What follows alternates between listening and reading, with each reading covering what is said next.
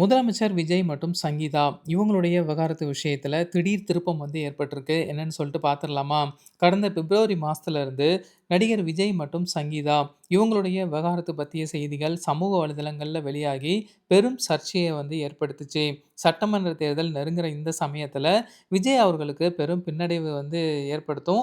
அரசியல் வாழ்க்கை கேள்விக்குறியாகும் அப்படின்னு சொல்லி டிவிகே கட்சி தொண்டர்கள் மற்றும் அவருடைய ரசிகர்கள் எல்லாருமே பெரும் வருத்தத்துல இருந்தாங்க.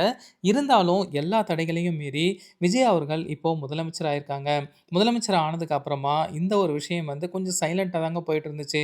காரணம் என்ன அப்படின்னு பார்த்தோம்னா, விஜய் அவர்களுடைய அப்பா, அம்மா இருக்காங்க இல்லையா? சந்திரசேகர் மற்றும் சோபா.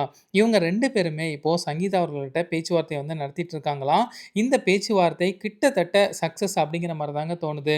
குழந்தைகளுடைய எதிர்காலம் மற்றும் விஜய் அவர்களுடைய அரசியல். ஸோ 2யுமே பார்த்து கொஞ்சம் சமாதானம் ஆகுமா அப்படிங்கிற மாரி கேட்டிருக்காங்க. எனக்கு கொஞ்சம் டைம் வேணும் அப்படிங்கிற மாரி கேட்டிருக்காங்க போல. இப்போ கொஞ்சம் சமாதானம் அங்க அப்படிங்கிற மாரி தாங்க தோணுது. ஸோ கூடிய சீக்கிரம் இந்த ஒரு அறிவிப்பு வரும் அப்படிங்கிற மாரி விஜய்யோட பேரண்ட்ஸ் தரப்புல இருந்து வெளிய வந்திருக்கு. இந்த செய்திய கேட்ட பலருமே இப்போ கொண்டாட ஆரம்பிச்சிருக்காங்க. ஸோ இந்த ஒரு விஷயம் நடந்துச்சு அப்படின்னா எப்படி இருக்கும் அப்படிங்கிறத மறக்காம கமெண்ட் பாக்ஸ்ல பதிவு பண்ணுங்க.